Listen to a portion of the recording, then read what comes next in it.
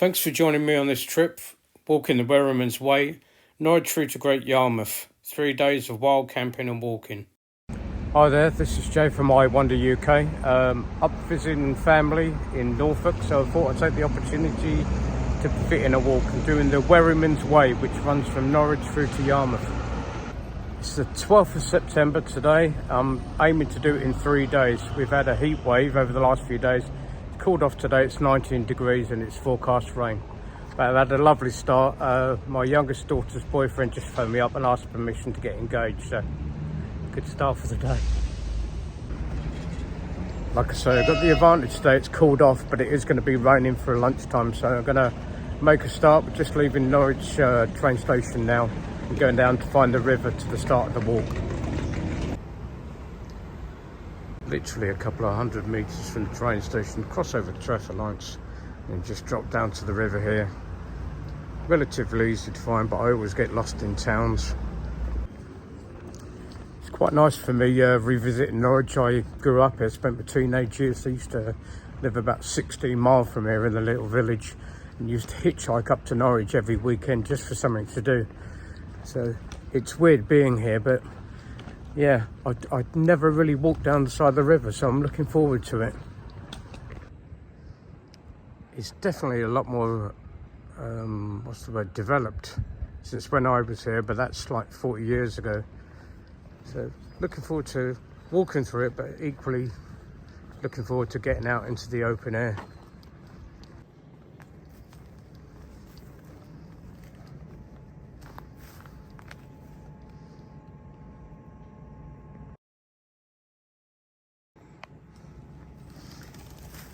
It's a nice, easy, level stroll as you first take out the walk with a tarmac path. The new developments of modern type buildings mixed up with the old and derelict. Some of the really quirky ones as well. It's a nice building there, isn't it, with a boat. I'm just heading along the left-hand side, or I guess the east side of the river, towards Carrow Road, where the famous Norwich City football ground is, which I used to go as a teenager. But yeah, easy enough stroll to start yourself off, get your legs warm.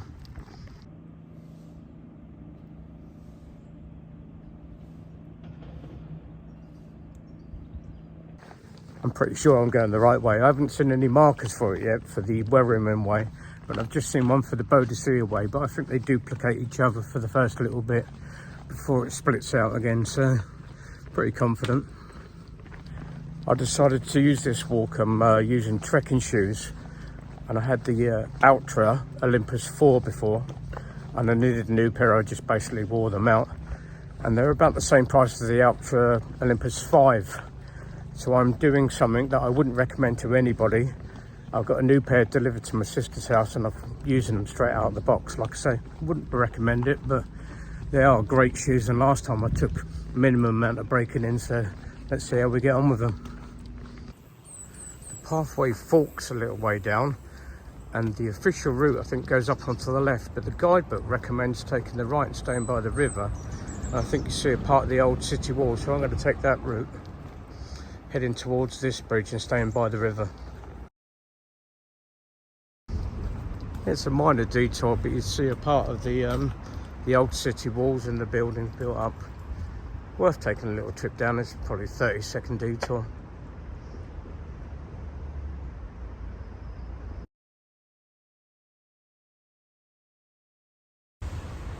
Just a quick visual of the Norwich City football ground. The amount of times I walked down to there when I was a teenager. Another advantage of sticking next to the river and just going under the bridge, you don't need to cross this busy main road. I hate roads.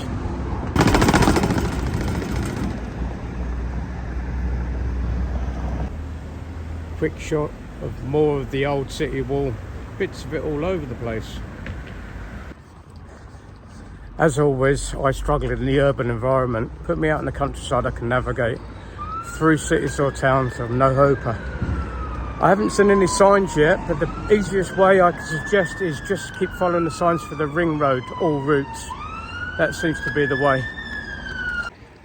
Yeah, that seems to be the way. Take the outer ring road to get to the roundabout. It's signpost for Trouse. past the fire station, over a railway bridge, and then over another bridge over a river. Here's the first signpost I see, but it's pointing to the left and I need to be going straight down that road, so not ideal. It's obviously got twisted over time, but the first finger post I've seen. Literally over another bridge, over a little tiny stream, and you'll be able to tell there's a junction turning to the left on the road, and on the other side of the road is an old church, so that's the way you need to be going.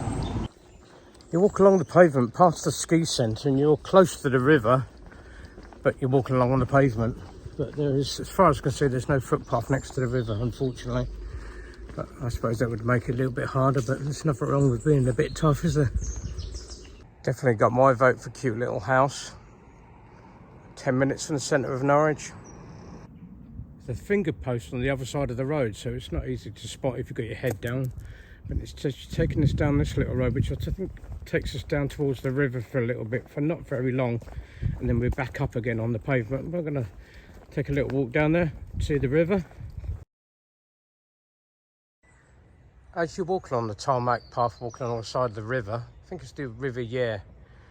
Keep a lookout, because these little ruins and stuff are just tucked to the right hand side, all over the place. I think this was King and then owned by the Coleman family at one time, the famous people who made mustard.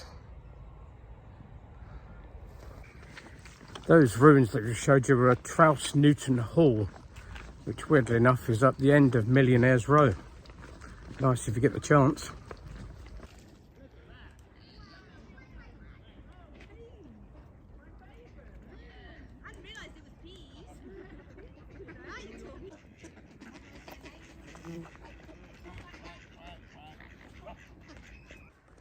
Just seen a finger post with the mileage on it, which I always like. It's always worth checking. Norwich train station, 2 miles, so easy stroll. And there's another one here that's going to divert us off of this path, and then walking along right alongside the river, which is great. That's more like it.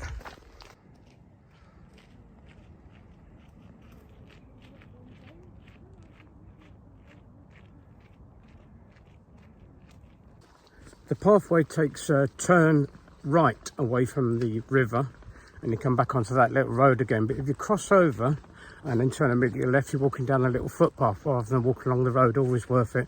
And on my right apparently is prehistoric woods. Been messing about in there for years apparently. Quick shot of the little footpath rather than walk alongside the road. I think people have seen my videos before, and I'm telling you now, I don't like roads. I understand the necessity of them, but they just kill me in the brain. So it's always nice to find another little footpath, even if it's a little bit longer sometimes. Just keep following the small little B road, and I was looking at the map and thinking, oh no, I've got a road to cross over ahead. Can't believe we've got an underbridge, so bonus. As usual on these walks, you have to do some public bridleways and connect up the path somehow. And you're walking past the sewage works, which isn't the ideal, but you're only for a few minutes. But it smells chemically. It made my head feel lightheaded. I feel like I've had a couple of quick beers and got a buzz, but not in a good way. A little way after the sewage works, it breaks across, so you get a choice of public footpath or bridleway. If I'm taking a public footpath. This is the first time I've been off tarmac this morning. I've been going for about an hour and a half, hour and 3/4 maybe, but this is the first time I've been off the tarmac. So, and who said Norfolk doesn't have hills? Admittedly, it's not a very big one. The rain's held off, but as you can probably tell from behind me, it's looking slightly menacing. And I've just got a message from my eldest daughter, who lives over in Kings Lynn Way, and saying the rain's just hit there. So it might get here, it might not, but if it does, it does. I'll have to deal with it, but I'd rather not be wet. So if the gods are listening, this is more like it. Cut across the public footpath, it joins another bridleway, but it's like a mud track. But yeah, you're out in the middle of it now. This is more like what I like to be out in, but hopefully it's going to just get better and better now we're out of the city. What size are these? Time for a mid-morning snack. I think there's my thumb, bigger than my thumb now. Just perfect. Just roll them right off. I'll have a little snack. Definitely the biggest blackberries I've seen this year, and juicy and tasty. Seem to be quite small this year. I've been out over the last few weeks and seen some, but there's either not many around or they're small.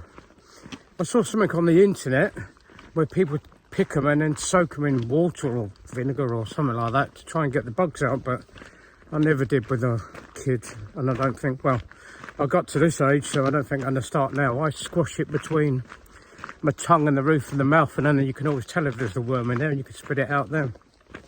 Chop chop.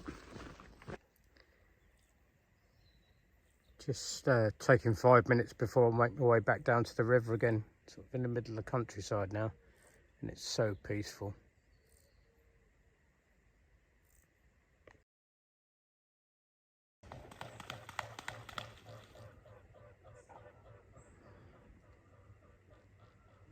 This is Bramerton Common, which I think is about 5 miles from Norwich.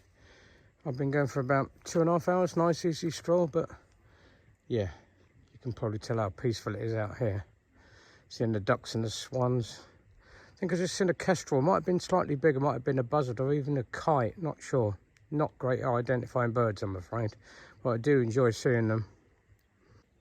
I've just walked past, I think it was the waterside edge, which is not open today, Monday or Tuesday. So when you see this sign, come off the road and then walk parallel to the road. At least that's where I think the route is. If I'm wrong, I'll tell you. If I'm right, that's the way it was.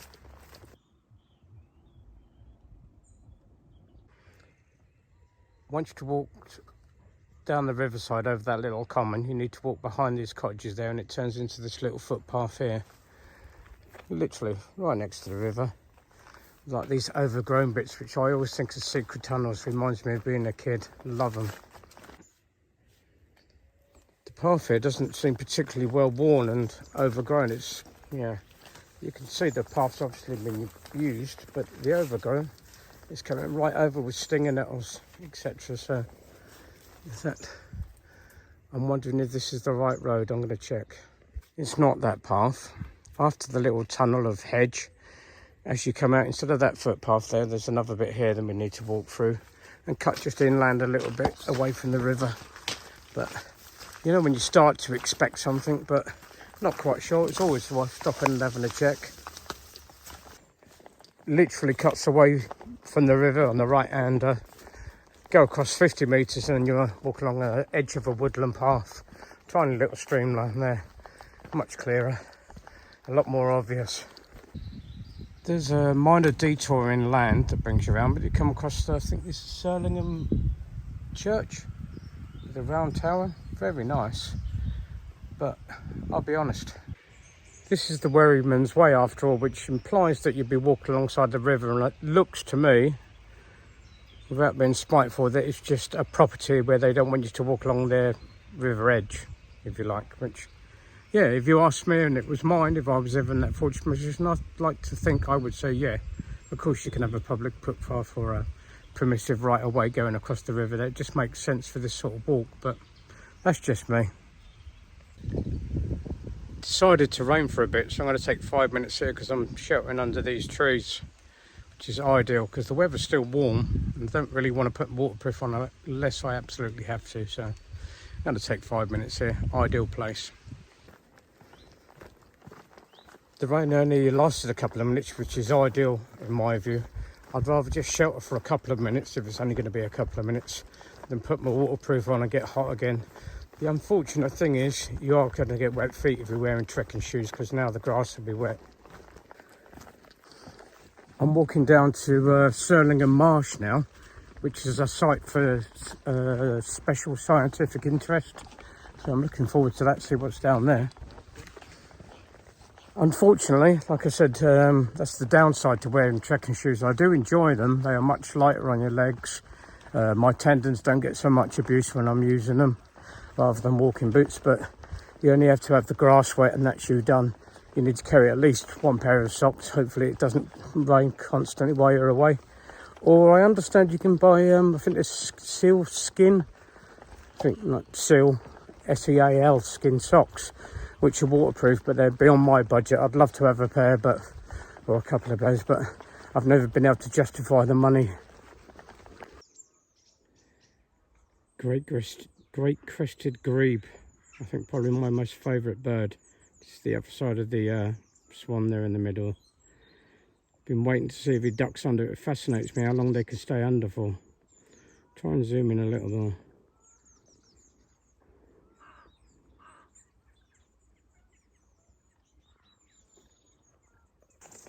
After walking through the S.S.S.I, which is beautiful, walk alongside the river, unfortunately we've got some road work to do, and it's this type of road where you can't see the end of it. And it's warm now as well, sun's broke right through. Shouldn't grumble, it's about 15-20 minutes down that bit of road. It's a very quiet road, quite wide enough for 2 vehicles. I saw 2 cars and a bus, surprisingly enough, but that was it, and they're very respectful, just travelling down nice and slow. But now the road's narrowed a little bit more, so we've gone into a single lane road now, so more tarmac walking.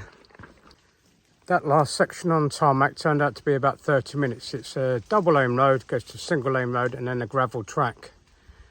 That's weird, the sun's shining and it started to rain. And I've just found a little bench, so I'm going to sit down.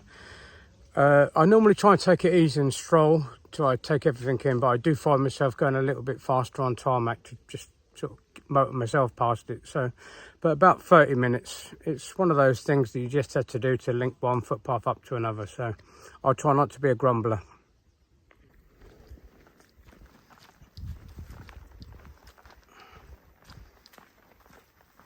So it's definitely trying to break through now. You can feel it actually getting warmer. The sun has broke through and it's really lovely, and it's got a nice little breeze going on as well. But take a look around the sky and it does seem quite threatening. I think it's coming down over there back towards Norwich, and it's getting darker over that way as well. I can hear it in the distance, I think, and feel it. The air temperature's just dropped a couple of degrees. We'll see. Just past the New Inn pub, you can turn left again and you're back out onto, well, I guess the Broads, and you do feel like you're in the middle of nowhere now. But the rain's starting coming down and it's getting heavier. You can see in the distance there. So I'm going to try and get a little bit sheltered and get my waterproofs on maybe. I've got no chance now. Path is overgrown. It's spitting with rain, so I was trying to get a bit of crack on to get under these trees. And the grass is long as well, so my feet are soaked wet through. But there you go, that's walking for you. Be warned, this section from the New Inn to Champ Inn, I think, it's overgrown. It's stinging nettles, reeds and thistles right up to your thighs. I'm trying to avoid this rain and get through it. Don't mind a few normally. Trekking poles come in handy to push them out of the way, but yeah, I've got pins and needles all the way up to the bottom of my shorts. Perhaps shorts wasn't such a good idea. Well, you know, presence of foresight and all that. The rain hit. It's coming down, gone full poncho mode. It's not that cold yet, but I mean, if it keeps being raining, which it will do for the next hour, at least, the trouble is anything I wear tends to soak through, and then you get a little bit chill. But got to hope for the best, prepare for the worst. It's just all part of long distance walking, isn't it? I guess. I'm a couple of 100 metres past Champ Inn. I think that's how you pronounce it. But if you're walking this route, check it and see if it's open. I had a look on Google earlier on when I had signal, and it didn't. There was no opening times or anything like that, and it doesn't look like it's opening. So don't depend on that for food. Like I've said before, I always keep a couple of tracker bars on something just to sort of stave off the hunger if you can't get food, but don't rely on the food. It's a little bit sheltered now because I've got these trees, but it was just occurring to me that it's easy when it starts going like this to start going, oh no, it's raining on me and stuff. It's just raining, it's just weather. My feet are wet, my socks are wet. It makes it uncomfortable, but I think that's when the mental part of it comes in, where you just keep going. If you push through it a little bit, you don't have to slaughter yourself, you just keep going, and your body heat will sort of generate and stuff will start drying out. It's when you're out in the middle of nowhere and it's blowing and it's wet and you get cold, it can make you miserable and negative, and that can cause a downward spiral. Just need to be aware of it. It doesn't always happen, but if you're aware of it and you can just put it into context, you can push through it and come out the other side of it. It's all just in the head. We're waterproof, aren't we? Most of the time. On this track coming away from Beecham Inn, there's a couple of places that are push and just set over centre of screen now. You could get a night in if push come to the shove. I'm trying to do a couple more miles. I'm wet anyway, and that's not trying to be macho. I'm wet anyway. I've got another bit of road work for a couple of miles, and I'm going to try and settle in there for over there, and perhaps not on here. Oh, sorry, I've lost focus. Perhaps not on this bit here, but over there, yeah, possibility, because you're away from the road a bit. So I don't suppose anybody would mind just for one night, up and early in the morning, leaving no trace obviously, but at least it's flat and out of the main elements of it, because you've got some shelter from the trees on both sides. Thank goodness for that. Whatever that monument is, there's the last sign on this sharp right hand bend, and we need to be taking a left. So I'm off the road again, soaked. Not sure how long I've been walking. I'm not going to look at my watch in a moment, but I'll let you know.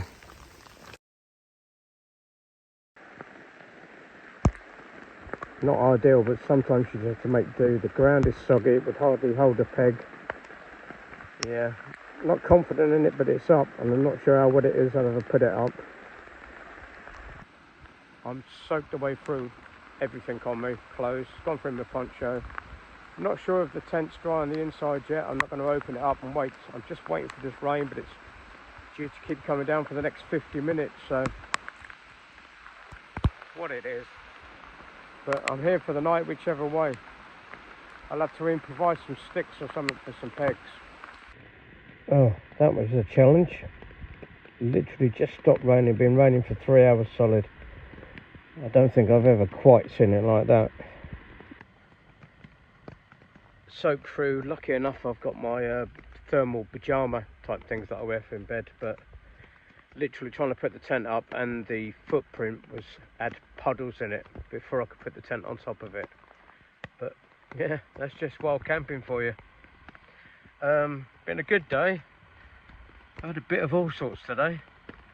Warm weather, cloudy weather, sun broke through, and then it just chucked right down and with rain. And now it's just chucked. The last 3 hours have been 2.5, maybe 3 hours. It's just been chucking it down with rain.